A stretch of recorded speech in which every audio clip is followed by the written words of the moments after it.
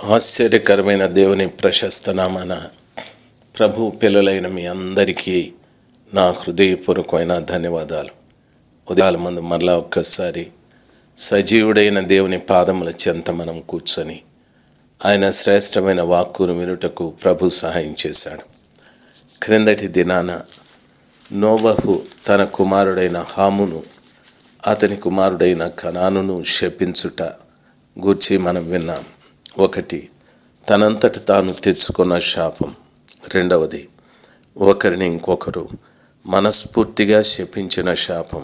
మూడవది, తల్లిదండ్రులు చేసిన తప్పితాలకు పిల్లలకు వచ్చే శాపం అని చెప్పాను. ఆదామును గురించి మీతో మాట్లాడాను. తనంతట తాను శాపం. చాలామంది జీవితాల్లో వాళ్ళంతట వారే శాపాన్ని తెచ్చుకుంటారు. అందుకు వాక్యం మీతో చెప్పాను. ప్రియులరా, గమనించవలసిన విషయం. రెండవది, ఒకరిని ఇంకొకరు మనస్ఫూర్తిగా శపించడం.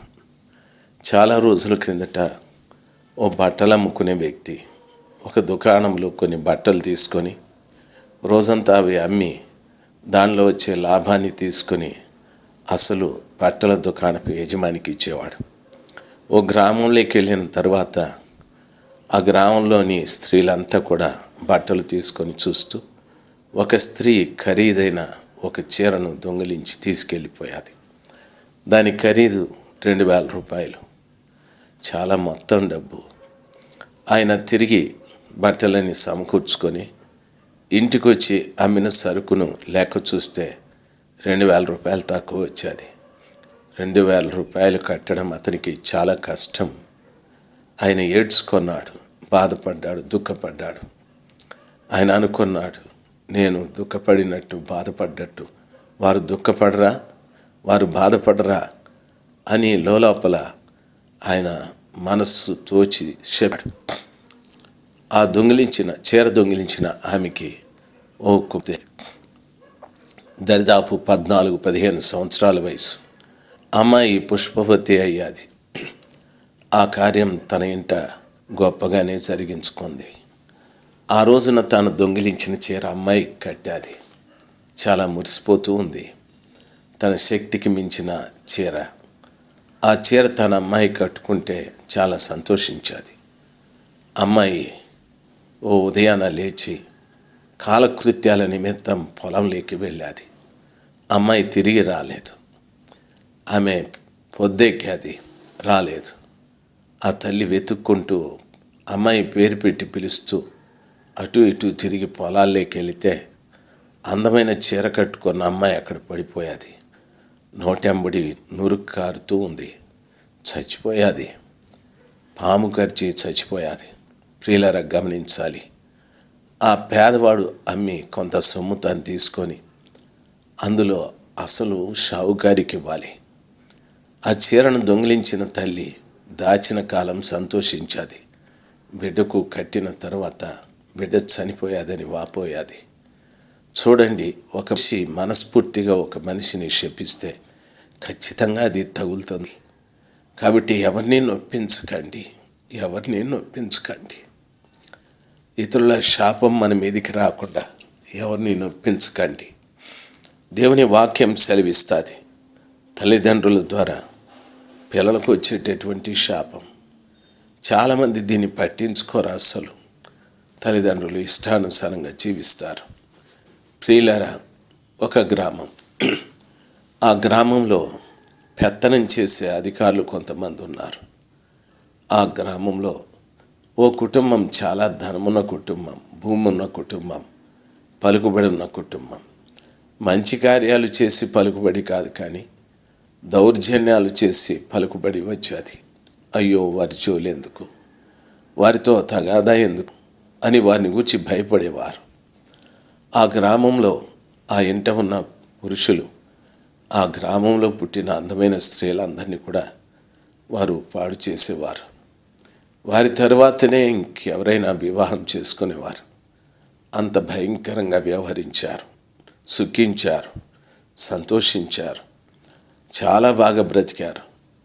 కొంతకాలమైన తర్వాత ఆ ఇంట ఒక వ్యక్తికి వివాహం జరిగాది. వివాహమైన తరువాత ఆయనకు పుట్టిన ఒక మొదటి కుమార్తె చాలా చక్కగా పుట్టాది, అందంగా పుట్టాది. అయితే అమ్మాయి పుడుతూ పుడుతూ తాను చేతులు లేకుండా పుట్టాది.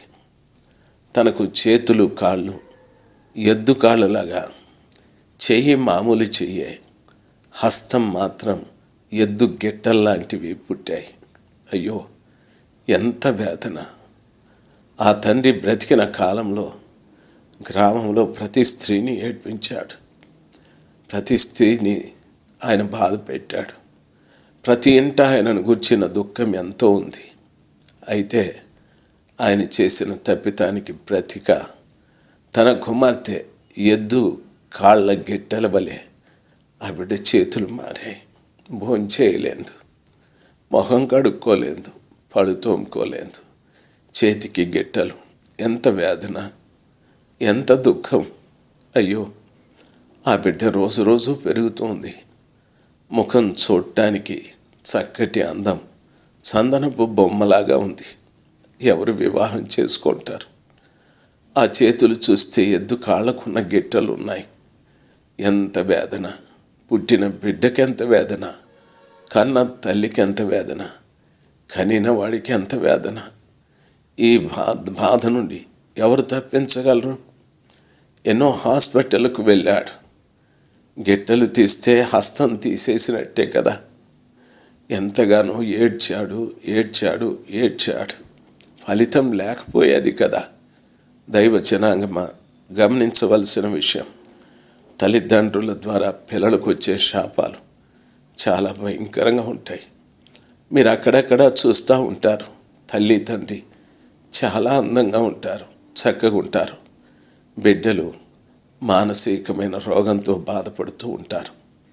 ఒకడికి తల పెద్దగా ఉంటుంది, పొట్ట చిన్నగా ఉంటాయి, కాళ్ళు చేతులు చాలా సచ్చుబడిపోయి ఉంటాయి. ఆ బిడ్డను చూస్తే ఎంత బాధేస్తుందో, ఎంత దుఃఖమవుతుందో. దైవ జనాంగమా, గమనించాలి. తల్లిదండ్రులు చేసిన పాపమే కదా. ఈ రోజున ఓ తల్లి, ఓ తండ్రి, మీ జీవితాల్లో మీరు చేసిన తప్పితాలకు మీ బిడ్డలు ఈ రీతిగా ఇబ్బంది పడుతున్నారేమో. దయచేసి ప్రభు దగ్గర పశ్చాత్తాపడండి.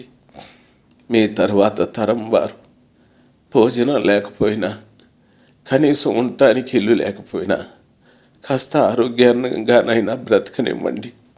మూగవారుగా, చెవిటివారుగా, గుడ్డివారుగా, అవిటివారుగా, కాలు చేతులు పోలియోతో, అయ్యో మీ తరువాత సంతానం ఈ అవిటితనంతో కనిపిస్తే ఎంత వేదన చెప్పండి. ఎవరు దాన్ని బాగు చేయగలరు? దాన్ని బాగు చేయటానికి ఎవరూ ఆపలేరు. అందుకనే ఒక పర్యాయం ఒక వ్యక్తిని ప్రభు దగ్గరికి తీసుకొచ్చి, వీడి రీతిగా కావటానికి వీని కన్నవారు పాపం చేశారానని. అయితే ప్రభుల వారు అంటున్నారు, ప్రభు మహిమపరచబడు నిమిత్తమే వీడి రీతిగా ఉన్నాడని వాడిని ప్రభు స్వస్థపరిచాడు. దేవుని మహిమార్థమై కొంతమందికి ఆ రీతిగా జరుగుతుంది. అయితే చాలా మట్టుకు ఈ రీతిగానే జరుగుతాయి. దయచేసి ప్రార్థించండి. నా ప్రియ తల్లి, నా ప్రియమైన తండ్రి, వివాహమైన ప్రతి బిడ్డ కూడా నీ తరువాత నీ సంతానం ఆరోగ్యంగా ఉండాలని, సంతోషంగా ఉండాలని, సుఖంగా ఉండాలని, నెమ్మదైన జీవితం జీవించాలని ప్రభు పాదాల చెంత కన్నీరు కార్చండి. నా దేవుడు నిజంగా కనికరాన్ని చూపెట్టి ఆ రీతిగా జరగకుండా ఆయన మీ విషయంలో కనికరాన్ని చూపెట్టి ఆయన దీవిస్తాడేమో. దేవుడు నిజంగా చాలా మంచివాడు, కనికరం గలవాడు కూడా కదా. ఆయన కోపించుచూనే తన వాత్సల్యతను చూపెట్టే దేవుడు. ఆయన కోపం నిమిషం మాత్రమే ఉంటుంది, ఆయన దీర్ఘశాంతం సదాకాలము ఉంటుంది. పాదాల చెంత మొరపెట్టండి. ప్రభువా, నా బిడ్డల్ని మీ చేతులకు సమర్పిస్తున్నాను. గతంలో నేను చేసిన తప్పితాలుంటే దయచేసి నన్ను క్షమించండి అయ్యా అని ప్రభు దగ్గర ప్రాధేయపడి ప్రార్థిస్తాం. దేవుడు చాలా మంచివాడు. దేవుడు చాలా మంచివాడు.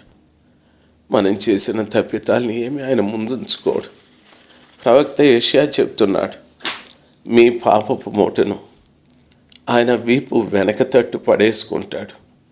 ఇంకెప్పుడు ఆయన మీ పాపాలని జ్ఞాపకం చేసుకోడని. ప్రియులరా, ఆయన ఎప్పుడు జ్ఞాపకం చేసుకునే దేవుడు కాదు. మర్చిపోతాడు ఆయన. వాటన్నింటినీ ఆయన వెనకాల పడేసుకుంటాడు. మీరేదైనా మంచి చేస్తే అది మీ ముందుంచుకుంటాడు. మీరేదైనా పవిత్రంగా జీవిస్తే అది మీ ముందుంచుకుంటాడు. కాబట్టి మీ మంచిని, మీ పవిత్రతని, మీ యథార్థతని ముందుంచుకొని మీకు మేలు చేయాలని ఆశిస్తున్న ఆ గొప్ప దేవుని పాదాల చెంత కన్నీళ్లతో మొరపెట్టండి. దేవుడు కార్యం చేసి నీ కుటుంబ పరిస్థితిని అంతటిని కూడా సరిదిద్దుతాడేమో.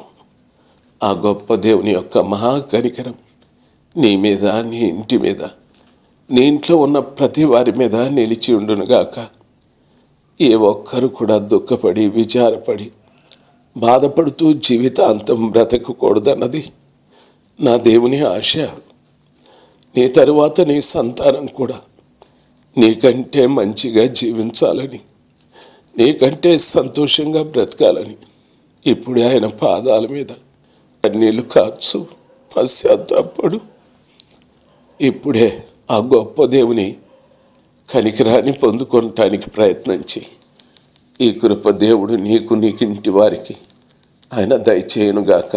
Amen, amen, amen.